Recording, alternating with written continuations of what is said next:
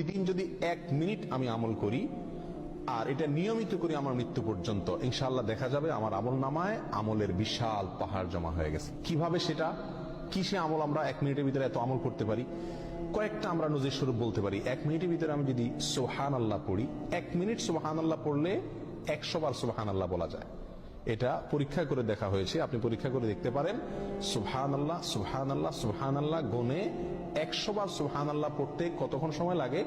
সর্বোচ্চ 1 মিনিট সময় লাগে। 1 মিনিট আপনি 100 বার সুবহানাল্লাহ পড়তে পারেন। আর 100 বার সুবহানাল্লাহ পড়লে কি হবে? সহিহ মুসলিম হাদিসে আসছে, নবী সাল্লাল্লাহু আলাইহি ওয়াসাল্লাম বলেছেন, কেউ যদি 100 বার সুবহানাল্লাহ পড়ে, আল্লাহ সুবহানাহু ওয়া তাআলা তাকে 1000 নেকি দান করেন। 1000টি বিনিময় আল্লাহ তাআলা তাকে কিয়ামতের ময়দানে দান করবেন 100 বার সুবহানাল্লাহ পড়লে।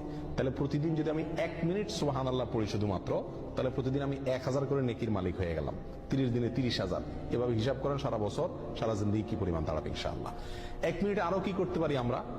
1 মিনিটে আমি 10 বার সূরা ইখলাস পড়তে পারি। কয়বার? 10 বার। পড়ে দেখেন 1 মিনিটে 10 বার পড়া যায়। 9 বার কমপক্ষে আপনি পড়তেই পারবেন। নবী আলাইহিস সালাম তার এক হাদিসে বলেছেন যে, তোমাদের মধ্যে কেউ কি প্রতিদিন একবার গোটা কোরআন পড়ে শেষ করতে পারবে? সাহাবায়ে কেরাম বলেন, ইয়া রাসূলুল্লাহ, এটা তো কঠিন, প্রতিদিন গোটা কোরআন একবার শেষ করা। তিনি বলেছেন, সূরা ইখলাস, কুল হুয়াল্লাহ, কোরআনে কারীম 3 ভাগের 1 ভাগ পড়া সমপরিমাণ সওয়াবের সমতুল্য। তাহলে আপনি 1 মিনিট সময়ের ভিতরে যদি 9 বার